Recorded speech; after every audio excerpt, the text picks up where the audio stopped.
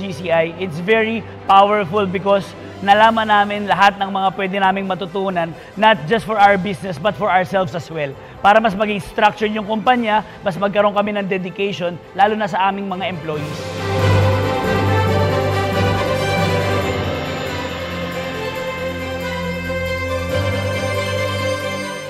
Subukan nyo na huwag dalhin ang personal na problema nyo sa negosyo. Ang tanong, kaya nyo ba? Hindi. Tapos tayo yung problema ng tao natin, ayaw natin padala sa trabaho. Eh di hindi rin nila kaya yun. Ang punto ko lang is, sinong makikinig sa kanila? Pag nasasaktan sila, sinong po pwedeng umalalay sa pakiramdam nila? Kung ikaw negosyante ka, malamang sa mas maginhawa ang buhay mo doon sa mga empleyado. Imaginein mo kung gaano kahirap ang buhay nila. Tuwing uuwi yan, tuwing makikita niyan yung mga magulang nila, tuwing makikita niyan yung mga anak nila, tuwing makikita nila yung kalagayan ng buhay nila pag alis sa trabaho ninyo. Now, pag na-realize mo na oo nga, no, masyado akong demanding as an owner. Masyado akong mahigpit. Dapat ganito, dapat on time, dapat on schedule. Where in fact, kilala ko ba talaga yung tao ko? Ano ba talaga yung nangyayari sa kanya? Alam mo, hindi na kailangan ng business acumen dito or business education dito. Magpakatao lang tayo.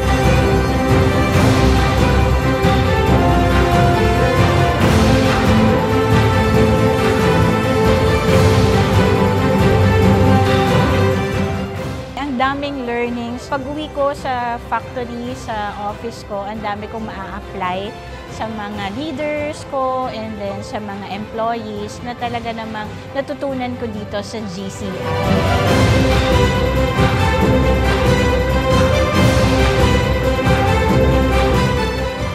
If you know you've got certain margins in your business, be willing to give beyond government-mandated bonuses. Hindi po solusyon ang pizza para sumaya yung tao.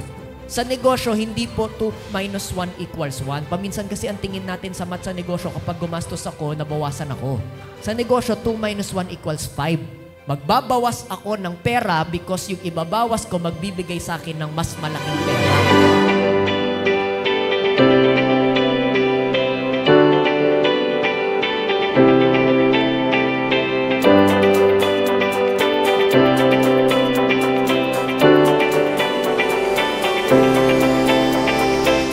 It's time to retrack, resurface, recalculate our leadership.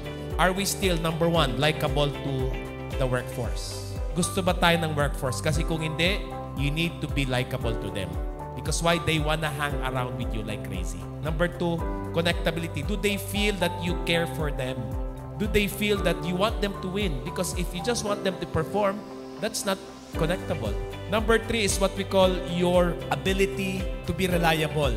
And reliability for them is not that you are good in business, but you are actually available all the time.